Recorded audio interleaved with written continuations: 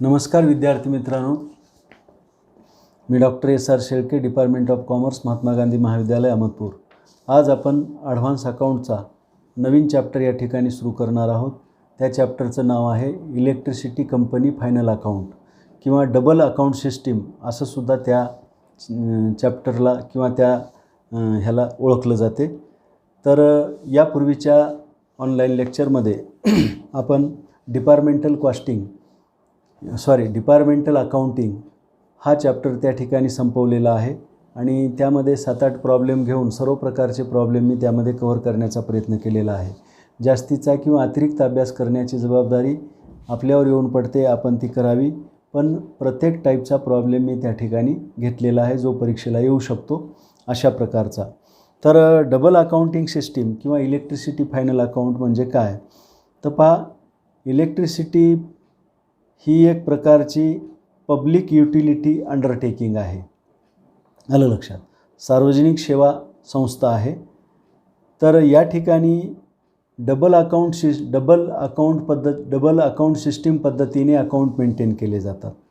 तर ही पद्धत काही स्पेशल अशी पद्धत नाही. आलं लक्षात?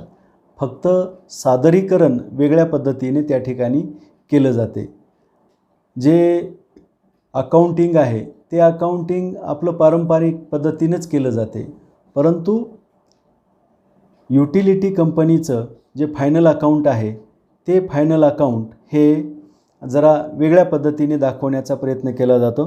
जसं रेल्वे कंपनी आहे, टेलिफोन आहे, इलेक्ट्रिसिटी सप्लाय आहे, वॉटर सप्लाय आहे, ह्या पब्लिक युटिलिटी अंडरटेकिंग आहेत आणि ह्या पब्लिक युटिलिटी अंडरटेकिंगचं जे फायनल अकाउंट आहे ते वेगळ्या पद्धतीने दाखवलं जाते आणि म्हणून त्याला डबल अकाउंटिंग सिस्टीम असं त्या ठिकाणी म्हटलेलं आहे.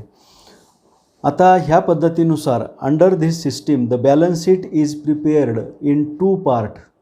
म्हणजे बॅलन्स शीट या ठिकाणी 2 भागामध्ये तयार केली जाते. आलं लक्षात? 2 भागामध्ये तयार केली जाते आणि त्यामुळे पहिला जो भाग आहे त्याला कॅपिटल अकाउंट असे म्हणतात आणि ह्या कॅपिटल अकाउंटमध्ये फिक्स्ड असेट आणि लायबिलिटीज दाखवल्या जातात. आणि दुसरा जो भाग आहे तो आहे जनरल बॅलन्स शीटचा. त्यामध्ये करंट असेट आणि करंट लायबिलिटीज दाखवल्या जातात.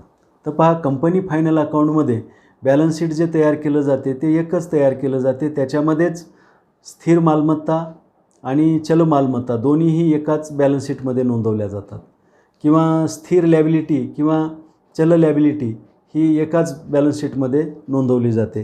परंतु इलेक्ट्रिसिटी कंपनीमध्ये किंवा कंपनीच्या बॅलन्स शीटमध्ये बॅलन्स शीट ही 2 प्रकारे केली जाते.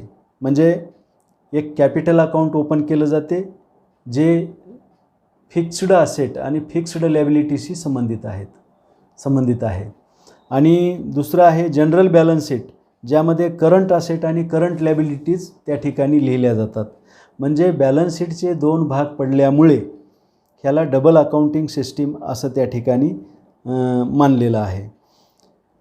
Since the balance sheet is in double chamber the system is called double accounting system. All other annual statement are on usual pattern. This is clear from the following table. तर पहा, या ठिकाणी ordinary सिस्टीममध्ये आपण trading and profit and loss account open करतो. तर या ठिकाणी त्याऐवजी रिव्हेन्यू अकाउंट ओपन केलं जाते, कारण ह्या युटिलिटी कंपनीकडून जे उत्पन्न मिळते ते रिव्हेन्यूच्या रूपात मिळते, म्हणून रिव्हेन्यू अकाउंट त्या ठिकाणी ओपन केलं जाते. प्रॉफिट अँड लॉस ॲप्रोप्रिएशन अकाउंटच्या ऐवजी नेट रिव्हेन्यू अकाउंट या ठिकाणी ओपन केलं जाते. आता हे नेट रिव्हेन्यू अकाउंट का? याच्यामध्ये समजा काही रिझर्वला ट्रान्सफर करायचं असेल किंवा डिव्हिडंट असेल, अशा काही तरतुदी करायच्या असतील तर नेट रिव्हेन्यू अकाउंट त्या ठिकाणी ओपन केलं जाते. ऑर्डिनरी सिस्टीममध्ये बॅलन्स शीट एकच असते. तर डबल अकाउंट सिस्टीममध्ये किंवा पब्लिक युटिलिटी कंपनीच्या फायनल अकाउंटमध्ये बॅलन्स शीट हे 2 भागामध्ये असते. पहिला भाग capital account for fixed asset and liabilities and second part general balance sheet for current asset and liabilities. तर बॅलन्स शीटचे या ठिकाणी 2 भाग पडत असल्यामुळे ह्याला डबल अकाउंटिंग सिस्टीम या ठिकाणी संबोधलं जाते. तर हे काही वेगळं आहे का अकाउंट? पारंपरिक अकाउंटिंगपेक्षा हे काही वेगळं आहे का? तर वेगळं काहीच नाही. फक्त प्रेझेंटेशनची पद्धत थोडी वेगळी आहे. म्हणून या ठिकाणी revenue account, net revenue account, capital account, general balance sheet हे या ठिकाणी ओपन केले जातात. नेट रिव्हेन्यू अकाउंटमध्ये this account is like the ordinary trading and profit and loss account. Items of expenditure are shown on debit side and items of income are shown on credit side of this account. It should be noted that interest paid or received is not shown in this account. म्हणजे जे काही interest paid केलेलं आहे किंवा मिळालेलं आहे ते revenue अकाउंटमध्ये नोंदवलं जात नाही, तर ते नेट रिव्हेन्यू अकाउंटमध्ये त्या ठिकाणी नोंदवलं जाते आणि balance of the revenue account is transfer to net revenue account. Revenue अकाउंटचं जे काही बॅलन्स आहे ते बॅलन्स नेट रिव्हेन्यू अकाउंटला ट्रान्सफर केलं जाते. आता नेट रिव्हेन्यू अकाउंट दुसरा अकाउंट आहे net revenue account. This account is like the ordinary profit and loss appropriation account. म्हणजे हे account net revenue account profit and loss appropriation अकाउंटसारखं आहे. Dividend on shares, transfer to reserve, debit balance of revenue account etcetera are shown on the debit side of this account. म्हणजे ह्या debit साईडला ह्या गोष्टी दाखवल्या जातात. On its credit side there are items like last year credit balance brought forward, credit balance of current year revenue account. However this account is different from ordinary profit and loss appropriation account in two aspect. म्हणजे खालील दोन बाबतीमध्ये हे profit and loss appropriation अकाउंटच्या वेगळं आहे. तर पहिली बाब आहे पहा, interest paid or received is shown in this account and not in revenue account. म्हणजे इंटरेस्ट पेड आणि रिसिव्ड जे आहे ते नेट रिव्हेन्यू अकाउंटमध्ये दाखवलं जाते, रिव्हेन्यू अकाउंटमध्ये दाखवलं जात नाही. म्हणून हे net revenue account profit and loss appropriation अकाउंटपेक्षा वेगळं आहे. Number 2, in case of railway company rent on leased line is debited to this account and not the revenue account. तर पहा अशा पद्धतीने हे दोन बाबतीमध्ये net revenue account profit and loss appropriation अकाउंटच्या पेक्षा वेगळं आहे. The balance of net revenue account carried to general balance sheet. Capital अकाउंटला ट्रान्सफर केलं जात नाही, तर जनरल बॅलन्स शीटला ते ट्रान्सफर केलं जाते. तर जनरल बॅलन्स शीटमध्ये काय लिहिलं जाते, तर करंट असेट आणि करंट लॅबिलिटी. तर आता हे कॅपिटल अकाउंट जे आहे ह्या कॅपिटल अकाउंटमध्ये म्हणजे बॅलन्स शीटचे दोन भाग, पहिला भाग कॅपिटल अकाउंट हे कॉलम बेसिसवर तयार केलं जाते. याचे साधारण 3 कॉलम असतात. म्हणजे सुरुवातीची फिक्स्ड असेट, त्याच्यामध्ये वाढ झालेली आणि त्याची टोटल. तसंच लॅबिलिटीचं आहे, वर्षाच्या सुरुवातीची लॅबिलिटी, त्यामध्ये काही वाढ झालेली असेल ती वाढ आणि त्याची एकूण बेरीज, असं 3 कॉलममध्ये हे कॅपिटल अकाउंट त्या ठिकाणी काढलं जाते. आणि जनरल बॅलन्स शीटमध्ये करंट असेट आणि करंट लॅबिलिटीज त्या ठिकाणी नोंदवल्या जातात. आलं लक्षात. General balance sheet is drawn up in the usual form. Current liabilities, general reserve, capital reserve, sinking fund, depreciation fund, investment fluctuation fund, credit balance of net revenue account and other credit balances are shown on liability side. Current asset and other debit balances are shown on the asset side. 5 division of balance sheet. Balance sheetचं division का करण्यात आलं आहे? The object to know how the capital has been raised. म्हणजे public utility कंपनीला लागणारं जे भांडवल आहे ते कशा पद्धतीने उभारलेलं आहे. How much capital has been raised and how the capital has been invested in various fixed asset. कॅपिटलची उभारणी कशी केली आणि त्याची गुंतवणूक कशी केली हे लक्षात यावं म्हणून हे या ठिकाणी बॅलन्स शीटचं विभाजन करण्यात आलेलं आहे. त्यानंतर public utility undertaking provide essential services. आवश्यक सेवा, जीवनावश्यक सेवा पुरवण्याचं काम या पब्लिक युटिलिटी अंडरटेकिंगकडून केलं जाते. Their investment in fixed asset is very large. For them advocate capital is more important than trading concern. Deficiency is dangerous.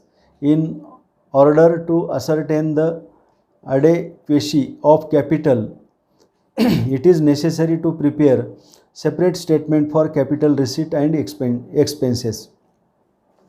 तर अशा पद्धतीने हे अकाउंट तयार केले जातात. तर पहा, peculiar feature of the system.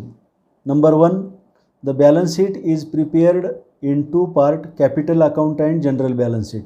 Balance शीटचं 2 भागामध्ये विभाजन करण्यात आलेलं आहे, कॅपिटल अकाउंट आणि general balance sheet. The capital account shows the total expenditure to the date on asset which may or may not be in existence on the date of account. Increase in loan and debenture is shown in the net revenue account as on appropriation of profit.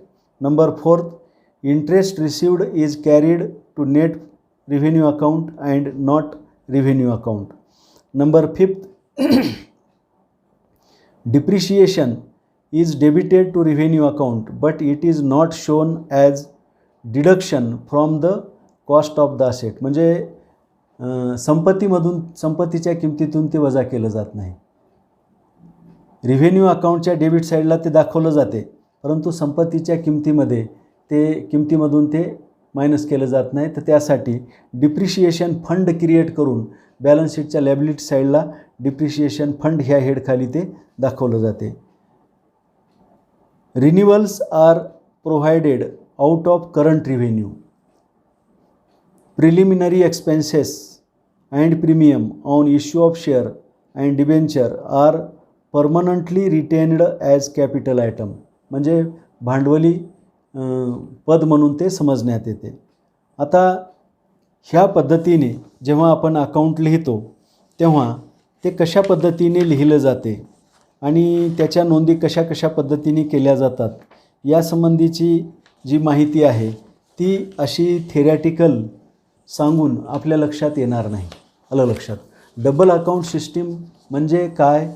तर balance शीटचे 2 भाग केले जातात, एक capital account आणि दुसरं general balance sheet. 2 भागामध्ये हे असल्यामुळे त्याला डबल अकाउंटिंग सिस्टीम किंवा इलेक्ट्रिसिटी फायनल अकाउंटची बॅलन्स शीट ही 2 भागामध्ये तयार केली जाते.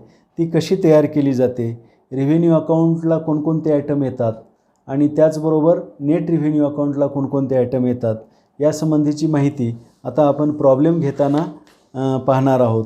त्यासाठी वेगळा वेळ किंवा वेगळा फॉर्मॅट वगैरे न देता आपण प्रॉब्लेम सॉल्व करताना म्हणजे त्याचं प्रॅक्टिकल जे नॉलेज आहे ते नॉलेज आपणाला कळेल आणि त्याप्रमाणे आपणाला त्याची सोडवणूक करता येईल. तर मी या ठिकाणी थांबतो. थेरॅटिकल भाग हा एवढा आहे. थेरी या ठिकाणी संपते आणि उद्यापासून आपण ह्या चॅप्टरवर प्रॉब्लेम सुरू करणार आहोत. या ठिकाणी मी थांबतो. धन्यवाद.